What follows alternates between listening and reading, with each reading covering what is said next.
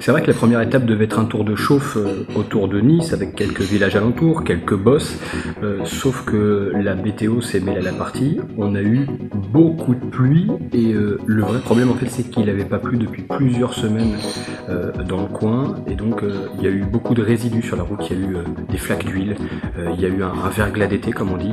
Résultat, énormément de chutes. Il suffit de voir chez Groupama FDJ, sur les 8 coureurs de l'équipe, il y a eu 7 chutes, dont Thibaut Pinot à 3 km de la ligne d'arrivée sur la promenade des Anglais, alors qu'a priori on avait écarté tout danger, on était sorti des villages qui étaient les plus dangereux. Il l'a payé, on l'a vu lors de l'arrivée à Loudanviel en perdant près de 18-19 minutes en se tenant le bas du dos. On a eu aussi l'abandon avant Loudanviel du champion d'Europe italien Giacomo Nizzolo, qui lui aussi était tombé lors de la première étape. On a eu Philippe Gilbert, ancien champion du monde, qui a abandonné aussi suite à la chute lors de la première étape, qui a fait énormément de dégâts, et notamment chez les cadors, alors que ça devait être une étape a priori pour se mettre en jambe, une étape pour dire bonjour au Tour de France 2020. Julien Lafilippe l'avait dit depuis des mois, cette deuxième étape lui correspondait particulièrement bien, et il le savait, à ce moment-là de la course, il n'y a pas encore de gros écarts, donc une victoire voulait dire probablement le maillot jaune aussi. Il se trouve qu'en plus cette étape dans les Hauts-Pays niçois lui correspondait particulièrement bien, ça ressemble à Milan-San Remo avec une bosse, pas trop dure, puis une longue descente à la fin technique comme il les aime.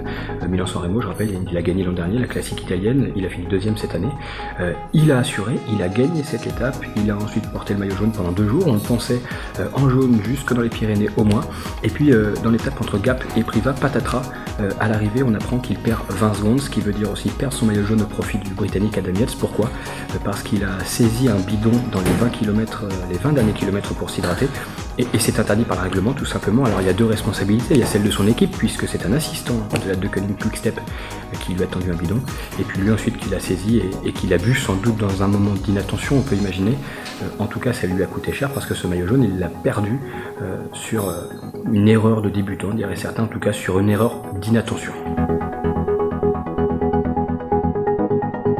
Pour être honnête, la défaillance de Thibaut Pinot, c'est un vrai crève-cœur parce qu'on se souvient déjà de lui l'an dernier abandonnant en larmes dans les Alpes, victime d'une blessure à la cuisse. On le voyait dans les bras de son ami et coéquipier William Bonnet, et on se disait, ce tour, ça va être son moment l'année prochaine, il va le gagner, c'est sûr, il est taillé pour. Ce Tour de France, en plus, était taillé pour lui, c'est-à-dire que pas de contre-la-montre difficile, il y en a un, mais il a la planche des belles filles, c'est-à-dire chez lui, sur un parcours en bosse qui lui correspond, il y avait de grandes étapes en montagne comme il les aime, bref, ce Tour semblait taillé pour lui semblait taillé pour ce Tour, sauf que il est tombé lors de la première étape à Nice, je vous le disais, et puis entre Cazars-sur-Garonne et Loudanviel, patatras.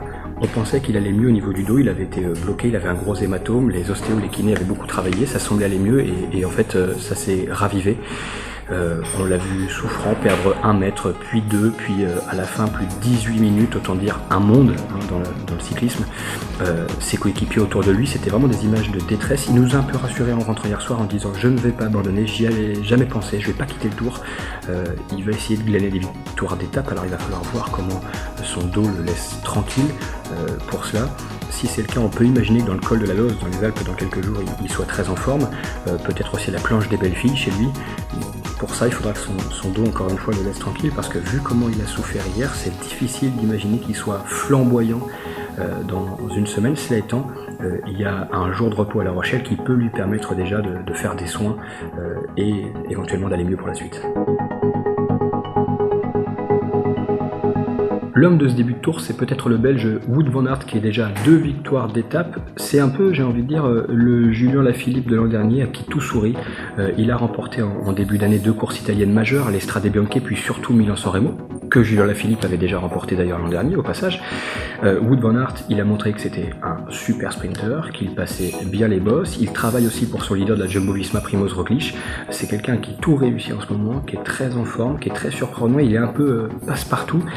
C'est pas vraiment une surprise, mais c'est vrai que le grand public du Tour le découvre ou le redécouvre. Malheureusement, les images qu'on garde de lui l'an dernier, c'est une victoire d'étape certes, mais aussi une terrible chute qui lui a coûté plusieurs semaines d'hospitalisation. Il a bien cru à un moment qu'il ne remonterait jamais sur un vélo, et le voir à ce niveau-là cette année, c'est tout simplement bluffant.